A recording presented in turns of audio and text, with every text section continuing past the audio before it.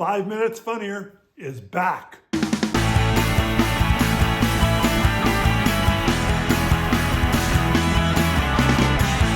Hi, and welcome to 5 Minutes Funnier, the comedy how-to. I'm your host, Jimmy England, and I want to talk today about George Burns. And before you go, this is some old comedian that has absolutely nothing to teach me because I'm young and I'm hip. I suggest you give me a minute, give me 5 minutes, and I'll bet I can change your mind.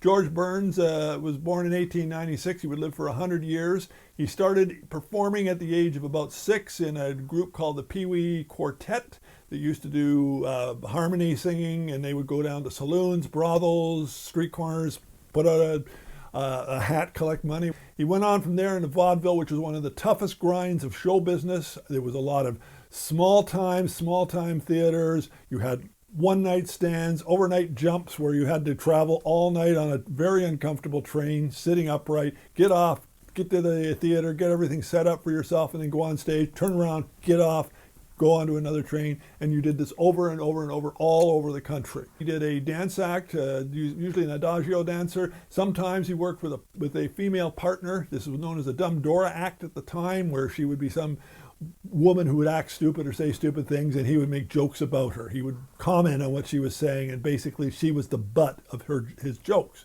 His career had a big change in 1923 because that's when he married, or rather that's when he met Gracie Allen, who would go on to become his wife. She was a different sort of Dumb Dora. He started out doing the same stuff, and then he realized that her delivery and the way she spoke was getting bigger laughs, so he changed. He transitioned into more of a straight man. He might make the odd comment about what she said, but mostly he was setting her up to get the laughs. A completely different approach than what he'd been doing before then, and they became a huge hit. They ended up headlining in vaudeville. They went on to get into radio and movies and eventually into television.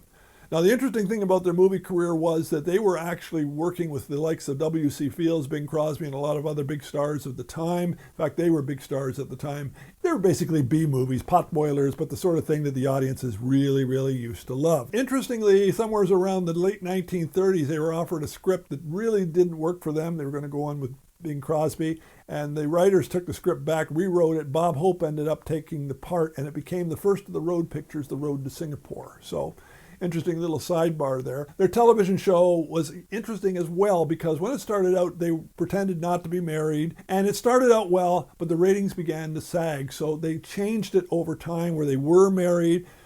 Gracie became again the focus of attention, with George being the hapless husband, basically a situation comedy. And the show rebounded and became a hit, which was an unusual thing to have happen back in the day, to take and reinvent the show during the show's run and end up having a hit program. They went into TV at that point. They changed again. At least George changed again. He was no longer just the straight man. He would be like a omniscient person who was watching what was going on, broke the fourth wall, talked directly to the audience, could see what was going on at his TV set up in his den over the garage, and it allowed him to kind of insinuate him into whatever mischief that Gracie was getting into.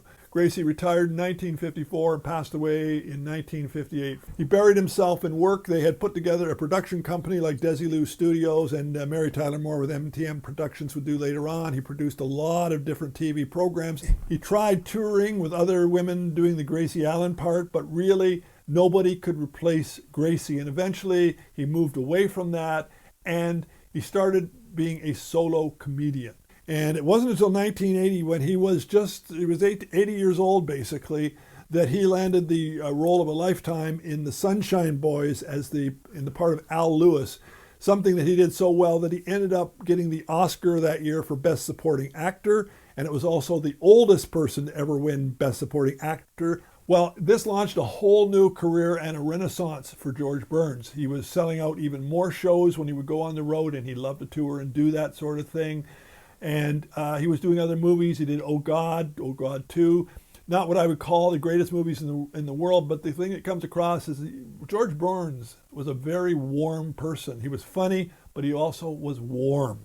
If you look back at what he was back in the 30s and 40s, this was a complete turnaround, and it worked. That's an incredible career when you think about it. This spans from over 90 years.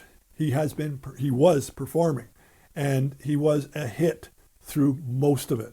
He had his ups and downs, But the reason he came back every time was he reinvented himself. It doesn't require necessarily a huge, gigantic rejigging of his personality, so much as a recognition of what the world was like at that time, who he was, and what he needed to be in order to be successful. And that's what you can learn from George Burns. If you've been doing the same thing now for 10 years and you're really not progressing in your career, then maybe you need to take a look at what's going on. Not just with your act, but around you, with society, with the jokes that you are making. Yeah, they might be getting laughs, but are they the kind of laughs that were going to appeal to a larger segment of society? Are you growing, or are you just stuck in that same old thing that you did when you started when you were 20 years old?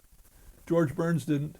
And he had one of the most successful careers in showbiz. Well, that's it for me, Jimmy England, and for 5 Minutes Funnier. As always, please subscribe and give us a like. Likes really do help us a lot. Reach out to other comedians and other people who might find this interesting or stimulating. Stay funny, everybody.